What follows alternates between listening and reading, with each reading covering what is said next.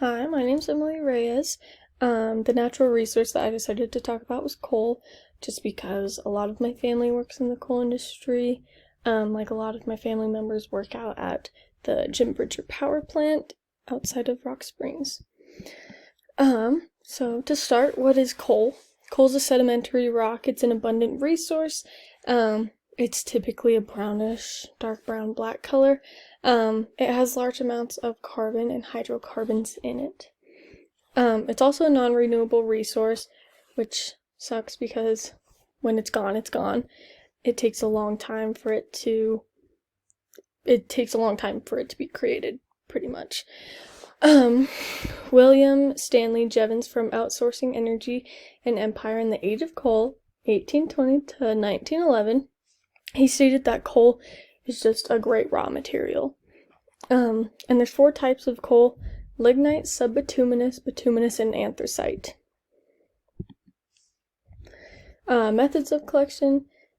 There's a lot of different methods, but this one goes really in depth, and it explains what it is, the mechanized longwa,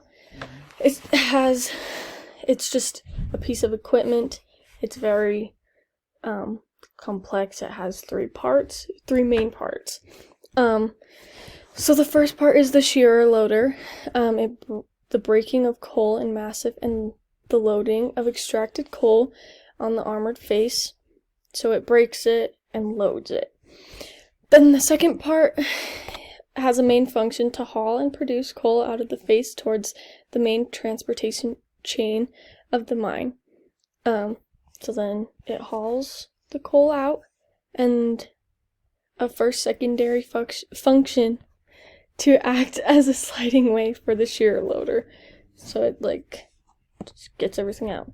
And then the last part is a secondary auxiliary function to be a rigid connection element for the support shields. The support shields arranged along the face realize the support of the face roof and to control the gobbling down behind the face.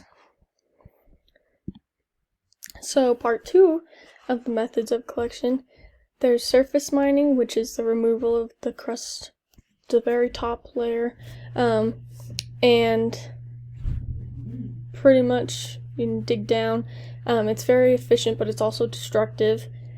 Then we have underground mining, which is super costly and dangerous, but it doesn't disturb the environment as much. But also with that, a lot of people who work in the coal mines, they get black lung disease, which is super painful, and they don't get a lot of benefits from it. So, some pros and cons, advantages and disadvantages. So pros or advantages: it provides energy and is the #1 energy source. It's the cheapest of all of the fossil fuels. It's used to manufacture chemicals such as phenol and naphthalene. And it doesn't rely on weather like solar, hydro, and wind. Like solar, you have to have sun, obviously, like sunlight. Hydro, you have to have a strong current, like strong water pushing. And wind has to be windy. Wyoming is great for that. And then cons or disadvantages: it has harmful wastes like carbon dioxide, nitrogen, and nitrogen oxides. It's damaging the environment, and it causes black lung disease. And then processes needed to make it usable. So, coal-fired power plants are used to make electricity, and in those power plants, coal is burned, and the heat produced by combustion from coal is used to convert water into high-pressure steam. Then it turns a turbine, and then it creates electricity. And then these are all the sources I used. They were all pretty informational. I'll move that up so you can see the bottom ones too. And then I will be right back with the interview with my dad. Okay, I'm back with my dad. He works at the Jim Bridger power plant. state your name. I'm Joel Ray. Okay, so what is coal? Coal is a fossil fuel mined and found in Wyoming. Sweet. Okay. What types of equipment are used to make energy from coal?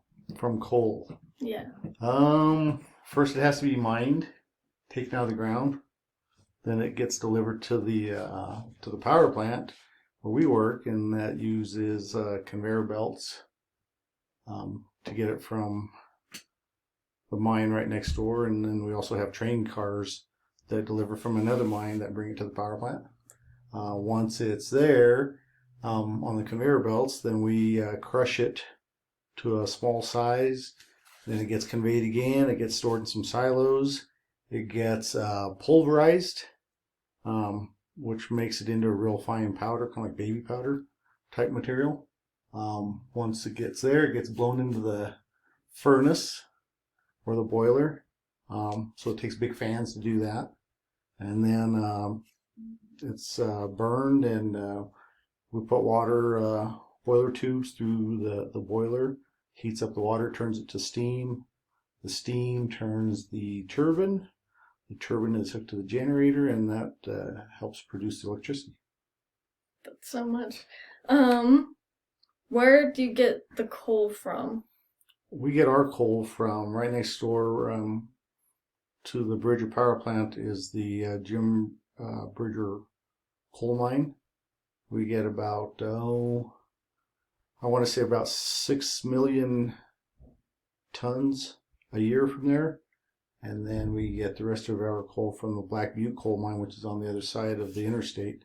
And that coal is delivered by a train, and we get about 2 million tons or so from that mine. Do you get the coal from like in the ground, or like is it an underground mine or like on the top? It was all, well, we used to get some from the Bridger coal mine that was underground, but that they still have some stockpile, and that'll be delivered probably for the next 6 months or so from us. They just stopped mining underground, and then the rest has been surface. So Bridger coal had some underground and some surface, and Black Butte coal is all surface mined. From like the underground mines, have you had any like workers that have gotten the black lung disease from it? Do you know of any? I don't know, because that's I mean, we're all the same company, but we are divided by a fence, and so we don't really get that information from the coal mine from next door. But I mean, there's a lot of things that have changed in the past several years where they were able to control the dust a lot better, make things safer. But the employees and the miners have to use those safe precautions and rules and regulations that are out there, so that we can mine and generate electricity safer. What's like the environmental impact in the area that you work from, like the coal?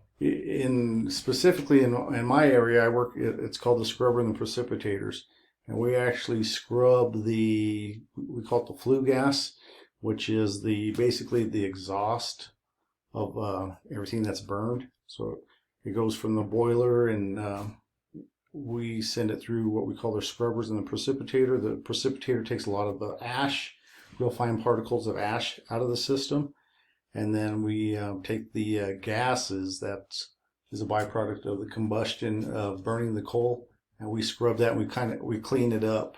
We take some of the pollutants out of it, knock a bunch of it out before it gets sent out the stack.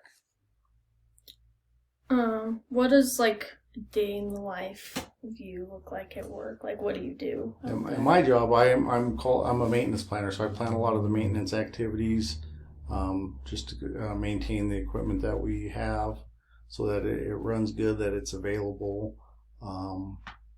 Any emergency breakdowns, we repair them right away.